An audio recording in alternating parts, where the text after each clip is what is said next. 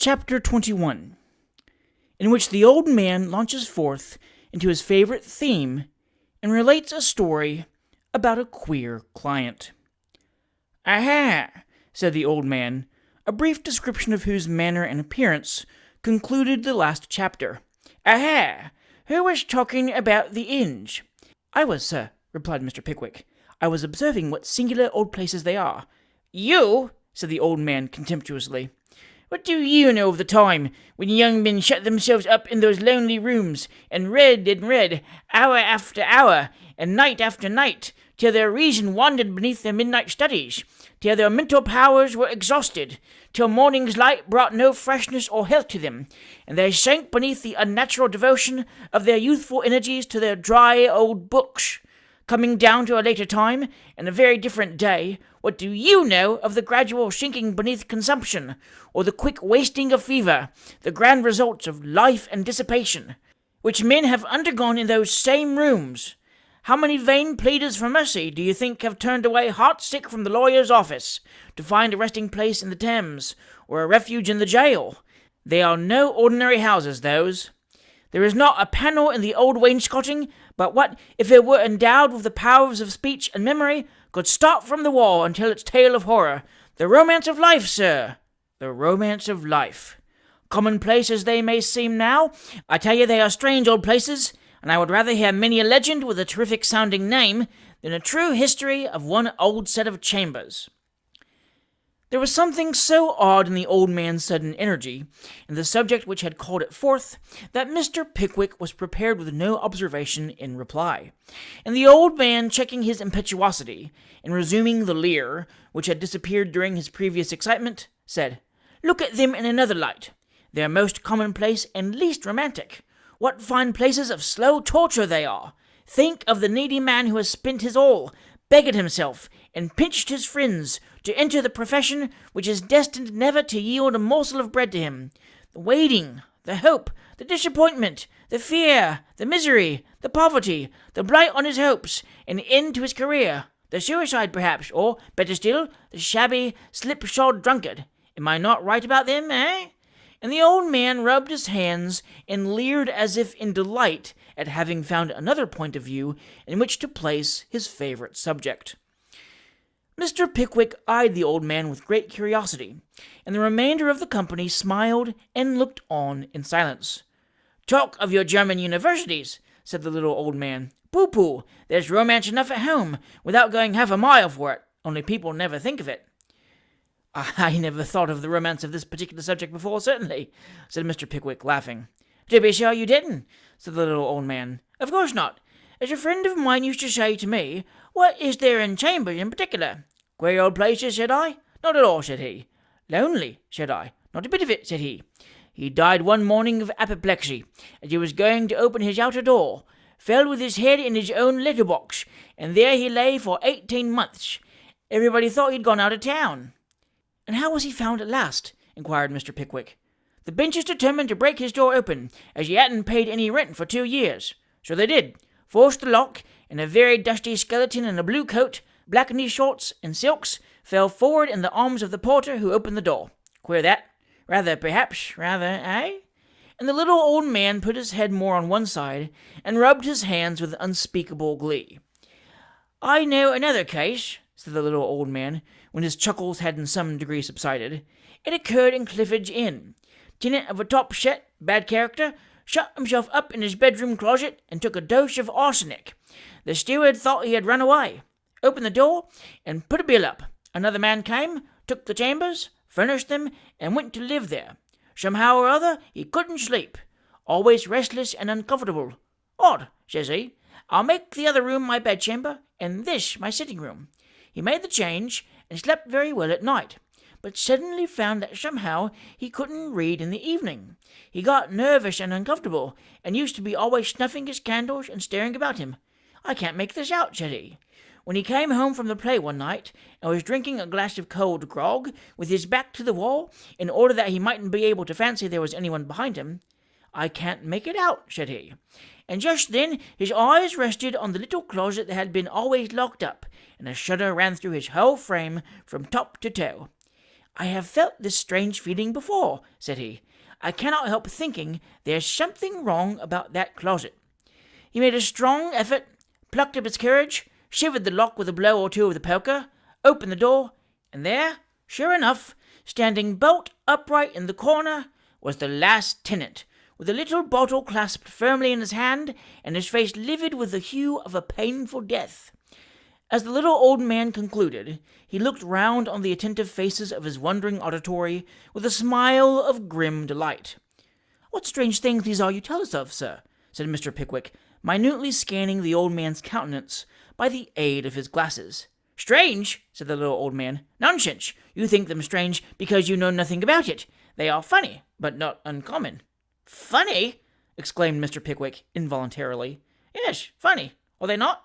replied the little old man, with a diabolical leer, and then, without pausing for an answer, he continued, "I knew another man. Let me see. It's 40 years ago now. He took an old, damp, rotten set of chambers in one of the most ancient inns that had been shut up and empty for years and years before. There were lots of old women's stories about the place, and it certainly was very far from being a cheerful one. But he was poor, and the rooms were cheap, and that would have been quite a sufficient reason for him if they had been 10 times worse than they really were. He was obliged to take some mouldering fixtures that were on the place, and, among the rest, was a great lumbering wooden press for papers, with large glass doors and a green curtain inside. A pretty useless thing for him, for he had no papers to put in it, and as to his clothes, he carried them about with him, and that wasn't very hard work either. Well, he had moved in all his furniture. It wasn't quite a truckful, and sprinkled it about the room so as to make the 4 chairs look as much like a dozen as possible, and was sitting down before the fire at night, drinking the first glass of 2 gallons of whiskey he had ordered on credit, wondering whether it would ever be paid for, and if so, in how many years' time, when his eyes encountered the glass doors of the wooden press. "Ah," says he, "if I hadn't been obliged to take that ugly article at the old broker's valuation, I might have got something comfortable for the money. I'll tell you what it is, old fellow," he said, speaking aloud to the press, just because he had got nothing else to speak to. "If it wouldn't cost more to break up your old carcass than it would ever be worth afterwards, I'd have a fire out of you in less than no time." He had hardly spoken the words when a sound resembling a faint groan appeared to issue from the interior of the case. It startled him at first, but thinking, on a moment's reflection, that it must be some young fellow in the next chambers who had been dining out, he put his feet on the fender and raised the poker to stir the fire. At that moment the sound was repeated, and one of the glass doors slowly opening disclosed a pale and emaciated figure in soiled and worn apparel, standing erect in the press.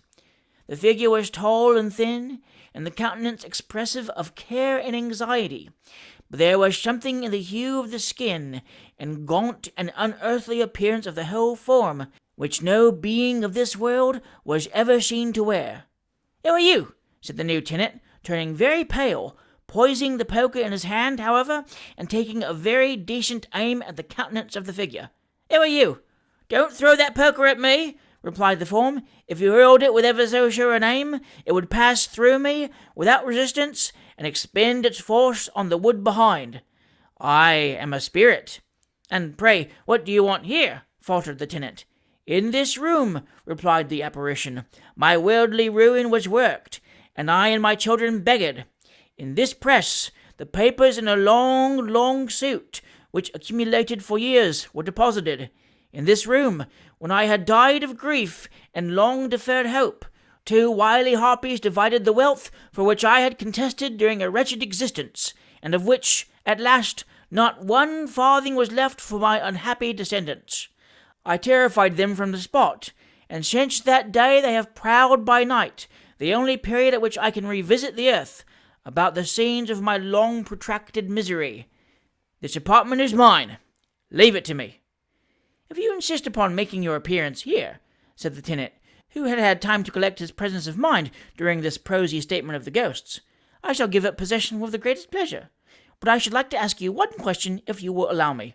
"Say on," said the apparition sternly. "Well," said the tenant, "I don't apply the observation personally to you, because it is equally applicable to all the ghosts I ever heard of. But it does appear to me somewhat inconsistent that when you have an opportunity of visiting the fairest parts of earth, for I suppose space is nothing to you, you should always return exactly to the very places where you have been most miserable. Egad, that's very true. I never thought of that before, said the ghost. You see, sir, pursued the tenant, this is a very uncomfortable room. From the appearance of that press, I should be disposed to say that it is not wholly free from bugs, and I really think you might find much more comfortable quarters, to say nothing of the climate of London, which is extremely disagreeable. You are very right, sir, said the ghost politely. It never struck me till now. I'll try change of air directly. And, in fact, he began to vanish as he spoke. His legs, indeed, had quite disappeared. And if, sir, said the tenant, calling after him, if you would have the goodness to suggest to the other ladies and gentlemen who are now engaged in haunting old empty houses that they might be much more comfortable elsewhere, you will confer a very great benefit on society. I will, replied the ghost. We must be dull fellows, very dull fellows indeed. I can't imagine how we can have been so stupid. With these words, the spirit disappeared. And what is rather remarkable, added the old man, with a shrewd look round the table, he never came back again. That ain't bad, if it's true, said the man in the mosaic studs, lighting a fresh cigar. If, exclaimed the old man, with a look of excessive contempt. I suppose, he added, turning to Loughton, he'll say next that my story about the queer client we had when I was in an attorney's office is not true either. I shouldn't wonder. I shan't venture to say anything at all about it, seeing that I never heard the story, observed the owner of the mosaic decorations. I wish you would repeat it, sir, said Mr. Pickwick. Ah, do, said Loughton. Nobody has heard it but me, and I have nearly forgotten it. The old man looked round the table and leered more horribly than ever, as if in triumph, at the attention which was depicted in every face. Then rubbing his chin with his hand, and looking up to the ceiling as if to recall the circumstances to his memory, he began as follows. The Old Man's Tale about the Queer Client. It matters little, said the old man, where or how I picked up this brief history. If I were to relate it in the order in which it reached me, I should commence in the middle, and when I had arrived at the conclusion, go back for a beginning. It is enough for me to say that some of its circumstances passed before my own eyes. For the remainder, I know them to have happened, and there are some persons yet living who will remember them but too well. In the Borough High Street, near St. George's Church, and on the same side of the way, stands, as most people know, the smallest of our debtors' prisons, the Marshalsea.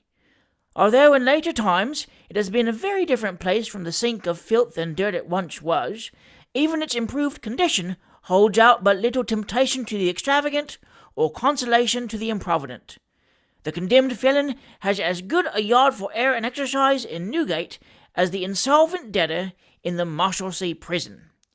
It may be my fancy, or it may be that I cannot separate the place from the old recollections associated with it, but this part of London I cannot bear. The street is broad, the shops are spacious, the noise of passing vehicles, the footsteps of a perpetual stream of people, all the busy sounds of traffic, resound in it from morn to midnight, but the streets around are mean and close. Poverty and debauchery lie festering in the crowded alleys. Want and misfortune are pent up in the narrow prison. An air of gloom and dreariness seems, in my eyes at least, to hang about the scene, and to impart to it a squalid and sickly hue. Many eyes that have long since been closed in the grave have looked round upon that scene lightly enough when entering the gate of the old Marshalsea prison for the first time, for despair seldom comes with the first severe shock of misfortune. A man has confidence in untried friends. He remembers the many offers of service so freely made by his boon companions when he wanted them not. He has hope, the hope of happy inexperience. And however he may bend beneath the first shock, it springs up in his bosom and flourishes there for a brief space until it droops beneath the blight of disappointment and neglect. How soon have those same eyes, deeply sunken in the head, glared from faces wasted with famine and sallow from confinement, in days when it was no figure of speech to say that debtors rotted in prison with no hope of release and no prospect of liberty. The atrocity in its full extent no longer exists, but there is enough of it left to give rise to occurrences that make the heart bleed. 20 years ago, that pavement was worn with the footsteps of a mother and child, who day by day, so surely as the morning came, presented themselves at the prison gate, often after a night of restless misery and anxious thoughts. Were they there a full hour too soon, and then the young mother, turning meekly away, would lead the child to the old bridge, and raising him in her arms to show him the glistening water, tinted with the light of the morning sun, and stirring with all the bustling preparations for business and pleasure that the river presents at that early hour, endeavour to interest his thoughts in the objects before him. But she would quickly set him down, and hiding her face in her shawl, give vent to the tears that blinded her, for no expression of interest or amusement lighted up his thin and sickly face. His recollections were few enough, but they were all of one kind, all connected with the poverty and misery of his parents. Hour after hour had he sat on his mother's knee, and with childish sympathy watched the tears that stole down her face, and then crept quietly away into some dark corner, and sobbed himself to sleep. The hard realities of the world, with many of its worst privations, hunger and thirst, and cold and want, had all come home to him from the first dawnings of reason, and though the form of childhood was there, its light heart, its merry laugh, and sparkling eyes were wanting. The father and mother looked upon this, and upon each other, with thoughts of agony they dared not breathe in words. The healthy, strong-made man, who could have borne almost any fatigue of active exertion, was wasting beneath the close confinement and unhealthy atmosphere of a crowded prison. The slight and delicate woman was sinking beneath the combined effects of bodily and mental illness. The child's young heart was breaking. Winter came, and with it weeks of cold and heavy rain. The poor girl had removed to a wretched apartment close to the spot of her husband's imprisonment, and though the change had been rendered necessary by their increasing poverty, she was happier now, for she was nearer him. For 2 months she and her little companion watched the opening of the gate as usual. One day she failed to come for the first time. Another morning arrived, and she came alone. The child was dead. They little know who coldly talk of the poor man's bereavements as a happy release from pain to the departed, and a merciful release from expense to the survivor. They little know, I say, what the agony of those bereavements is. A silent look of affection and regard when all other eyes are turned coldly away. The consciousness that we possess the sympathy and affection of one being when all others have deserted us is a hold, a stay, a comfort in the deepest affliction, which no wealth could purchase or power bestow.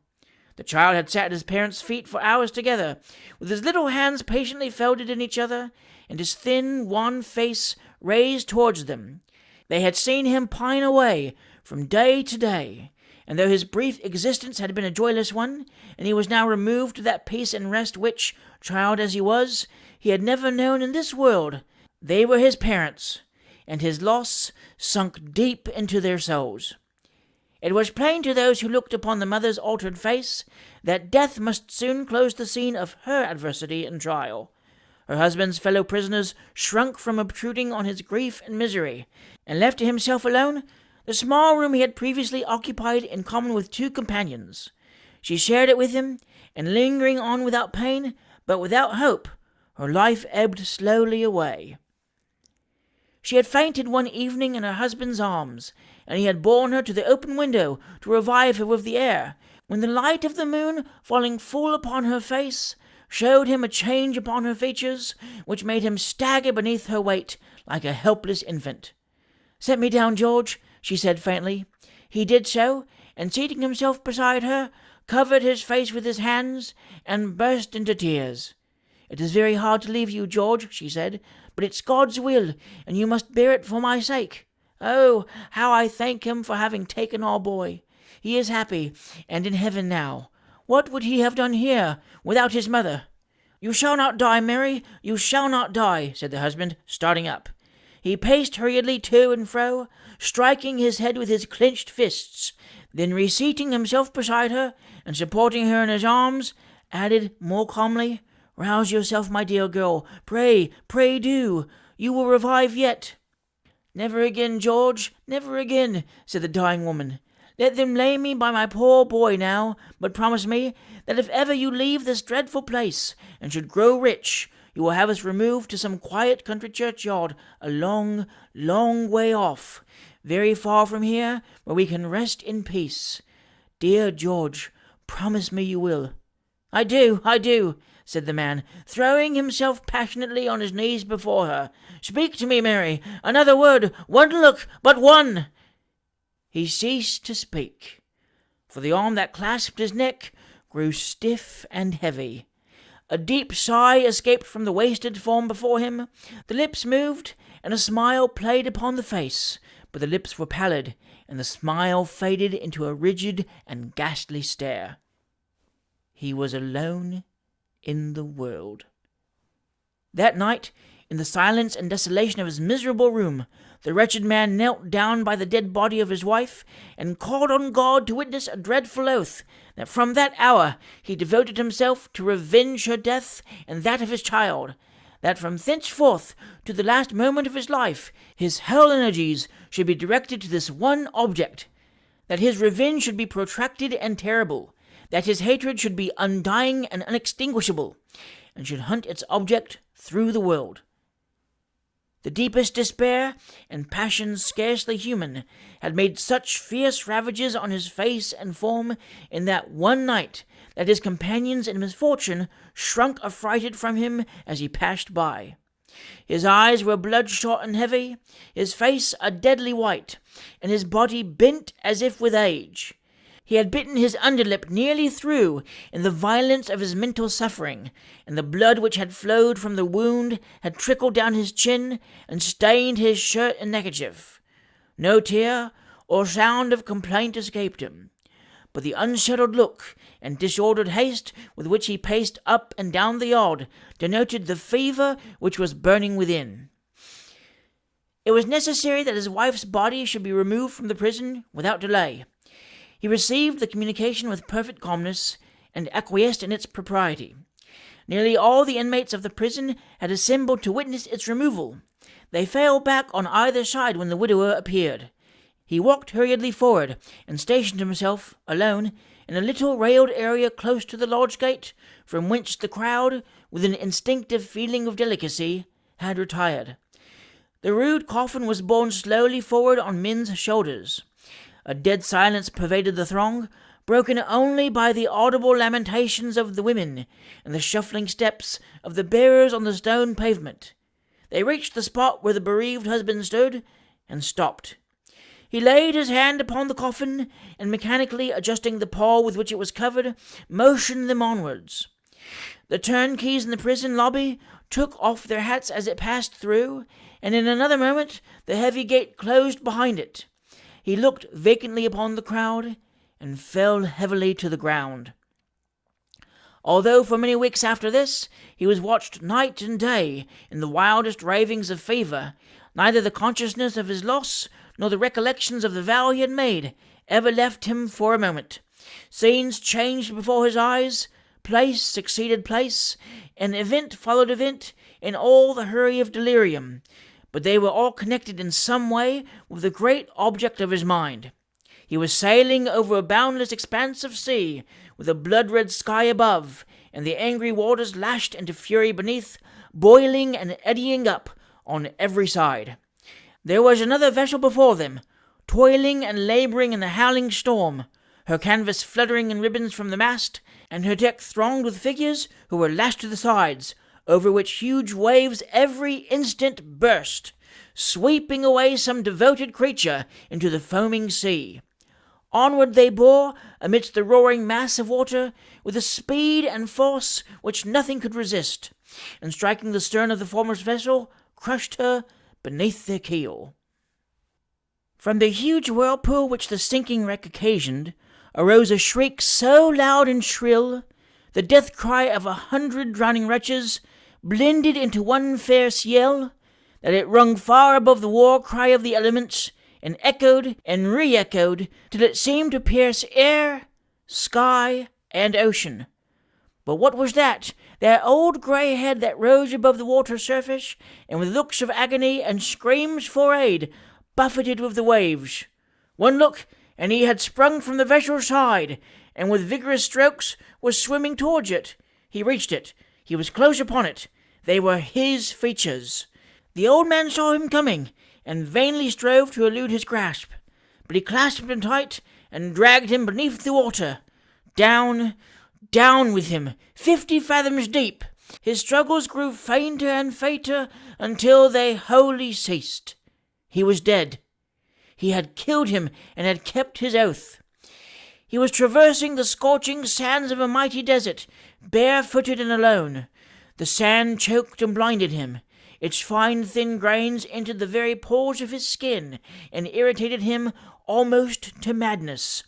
Gigantic masses of the same material, carried forward by the wind and shone through by the burning sun, stalked in the distance like pillars of living fire. The bones of men who had perished in the dreary waste lay scattered at his feet. A fearful light fell on everything around, and so far as the eye could reach, nothing but objects of dread and horror presented themselves. Vainly striving to utter a cry of terror, with his tongue cleaving to his mouth, he rushed madly forward. Armed with supernatural strength, he waded through the sand until, exhausted with fatigue and thirst, he fell senseless on the earth. What fragrant coolness revived him? What gushing sound was that? Water! It was indeed a well, and the clear, fresh stream was running at his feet. He drank deeply of it, and throwing his aching limbs upon the bank, sunk into a delicious trance. The sound of approaching footsteps roused him. An old, grey-headed man tottered forward to slake his burning thirst. It was he again. He wound his arms round the old man's body and held him back.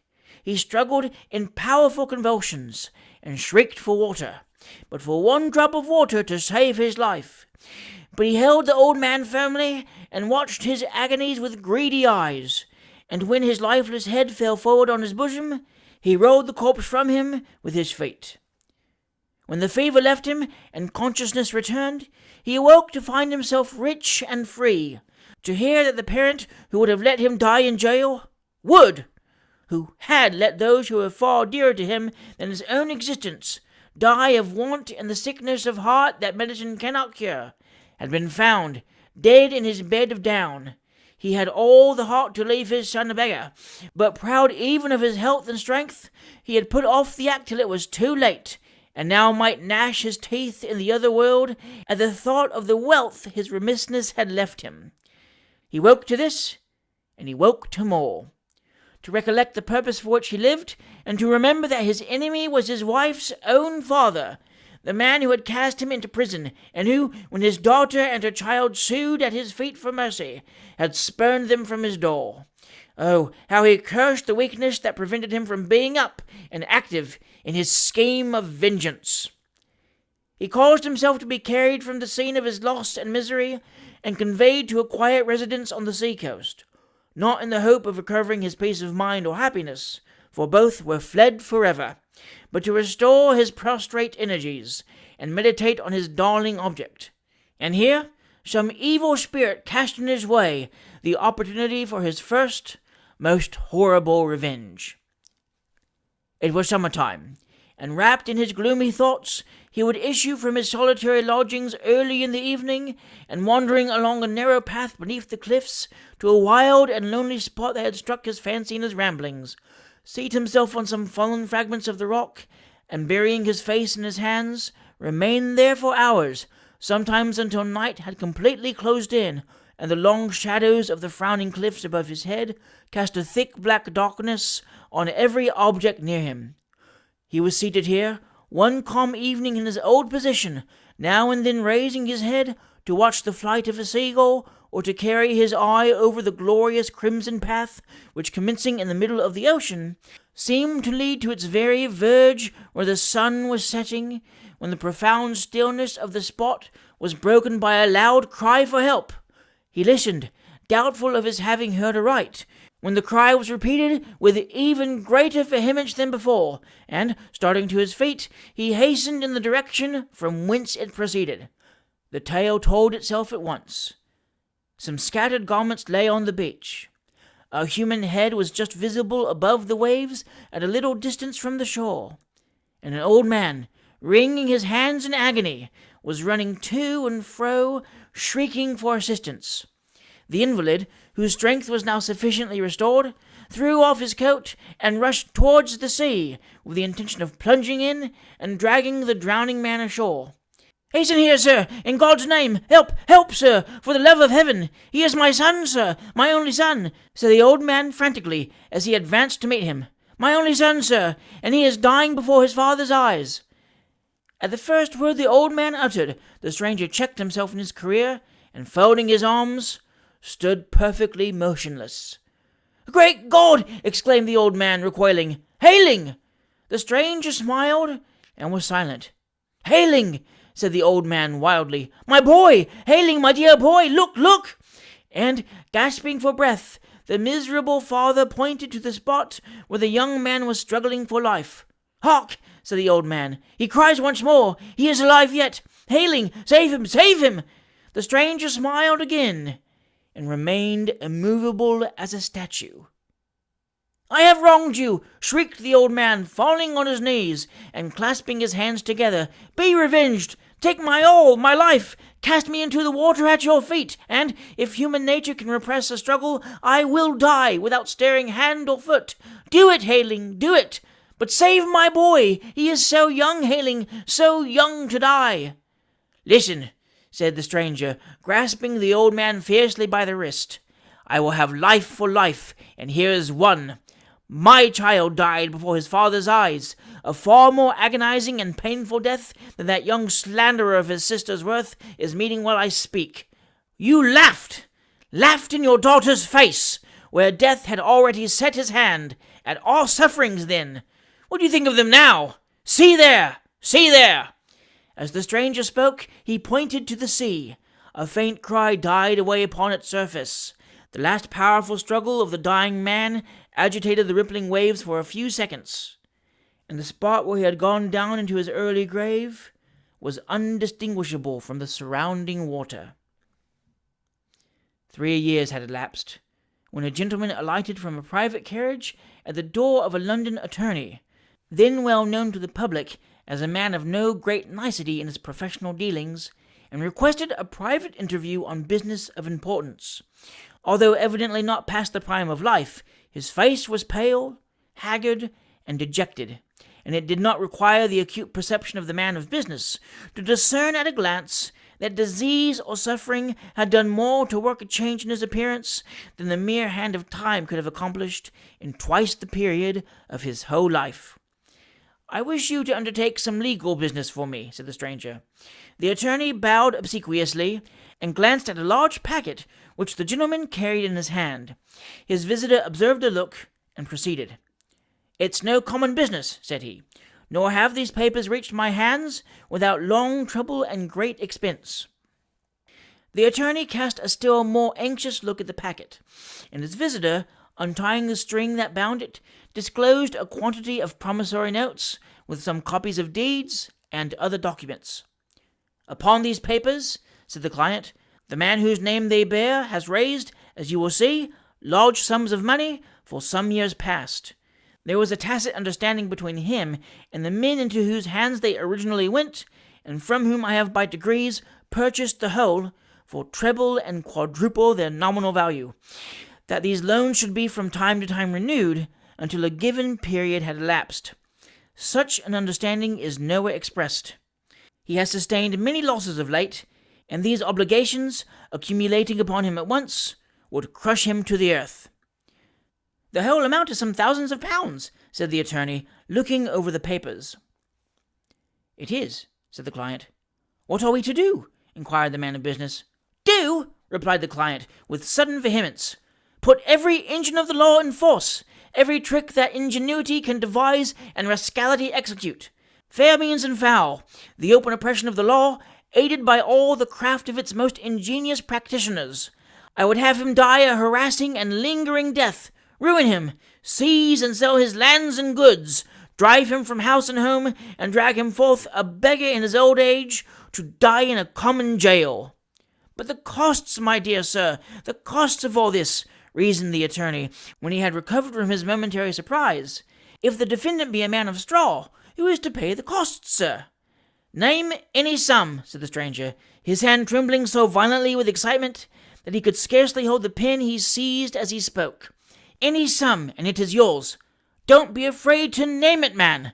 I shall not think it dear, if you gain my object. The attorney named a large sum at hazard, as the advance he should require to secure himself against the possibility of loss, but more with the view of ascertaining how far his client was really disposed to go, than with any idea that he would comply with the demand. The stranger wrote a check upon his banker for the whole amount, and left him. The draft was duly honored, and the attorney, finding that his strange client might be safely relied upon, commenced his work in earnest. For more than 2 years afterwards, Mr. Hayling would sit whole days together in the office, poring over the papers as they accumulated, and reading again and again, his eyes gleaming with joy, the letters of remonstrance, the prayers for a little delay, the representations of the certain ruin in which the opposite party must be involved, which poured in as suit after suit and process after process were commenced. To all applications for a brief indulgence there was but one reply: the money must be paid. Land, house, furniture, each in its turn, was taken under some one of the numerous executions which were issued, and the old man himself would have been immured in prison had he not escaped the vigilance of the officers and fled. The implacable animosity of Hayling, so far from being satiated by the success of his persecution, increased 100-fold with the ruin he inflicted. On being informed of the old man's flight, his fury was unbounded. He gnashed his teeth with rage, tore the hair from his head, and assailed with horrid imprecations the men who had been entrusted with the writ. He was only restored to comparative calmness by repeated assurances of the certainty of discovering the fugitive. Agents were sent in quest of him in all directions. Every stratagem that could be invented was resorted to, for the purpose of discovering his place of retreat, but it was all in vain. Half a year had passed over, and he was still undiscovered. At length, late one night, Hayling, of whom nothing had been seen for many weeks before, appeared at his attorney's private residence, and sent up word that a gentleman wished to see him instantly. Before the attorney, who had recognized his voice from above stairs, could order the servant to admit him, he had rushed up the staircase and entered the drawing-room pale and breathless. Having closed the door to prevent being overheard, he sunk into a chair and said in a low voice, "Hush! I have found him at last." "No," said the attorney. "Well done, my dear sir, well done." "He lies concealed in a wretched lodging in Camden Town," said Hayling. "Perhaps it is as well we did lose sight of him, for he has been living alone there in the most abject misery all the time, and he is poor, very poor." "Very good," said the attorney. "You will have the caption made tomorrow, of course?" "Yes," replied Hayling. "Stay! No! The next day. You are surprised at my wishing to postpone it," he added, with a ghastly smile. "But I had forgotten. The next day is an anniversary in his life. Let it be done then." "Very good," said the attorney. "Will you write down the instructions for the officer?" "No. Let him meet me here at 8 in the evening, and I will accompany him myself." They met on the appointed night, and, hiring a hackney coach, directed the driver to stop at that corner of the old Pancras Road at which stands the parish workhouse. By the time they alighted there, it was quite dark, and, proceeding by the dead wall in front of the veterinary hospital, they entered a small by-street, which is, or was at that time, called Little College Street, and which, whatever it may be now, was in those days a desolate place enough, surrounded by little else than fields and ditches. Having drawn the travelling cap he had on, half over his face, and muffled himself in his cloak, Hayling stopped before the meanest-looking house in the street, and knocked gently at the door. It was at once opened by a woman, who dropped a curtsy of recognition, and Hayling, whispering the officer to remain below, crept gently upstairs, and, opening the door of the front room, entered at once. The object of his search and his unrelenting animosity, now a decrepit old man, was seated at a bare deal table on which stood a miserable candle. He started on the entrance of the stranger, and rose feebly to his feet. "What now? What now?" said the old man. "What fresh misery is this? What do you want here?" "A word with you," replied Hayling. As he spoke, he seated himself at the other end of the table, and, throwing off his cloak and cap, disclosed his features. The old man seemed instantly deprived of the power of speech. He fell backward in his chair, and, clasping his hands together, gazed on the apparition with a mingled look of abhorrence and fear. "This day 6 years," said Hayling, "I claimed the life you owed me for my child's. Beside the lifeless form of your daughter, old man, I swore to live a life of revenge. I have never swerved from my purpose for a moment's space. But if I had, one thought of her uncomplaining, suffering look as she drooped away, or of the starving face of our innocent child, would have nerved me to my task. My first act of requital you well remember. This is my last." The old man shivered, and his hands dropped powerless by his side. "I leave England tomorrow," said Hayling, after a moment's pause. "Tonight I consign you to the living death to which you devoted her, a hopeless prison." He raised his eyes to the old man's countenance and paused. He lifted the light to his face, set it gently down, and left the apartment. "You had better see to the old man," he said to the woman, as he opened the door and motioned the officer to follow him into the street. "I think he is ill." The old woman closed the door, ran hastily upstairs, and found him lifeless. He had died in a fit. Beneath a plain gravestone, in one of the most peaceful and secluded churchyards in Kent, where wild flowers mingle with the grass, and the soft landscape around forms the fairest spot in the garden of England, lie the bones of the young mother and her gentle child. But the ashes of the father do not mingle with theirs, nor from that night forward did the attorney ever gain the remotest clue to the subsequent history of his queer client. As the old man concluded his tale, he advanced to a peg in one corner, and taking down his hat and coat, put them on with great deliberation, and, without saying another word, walked slowly away.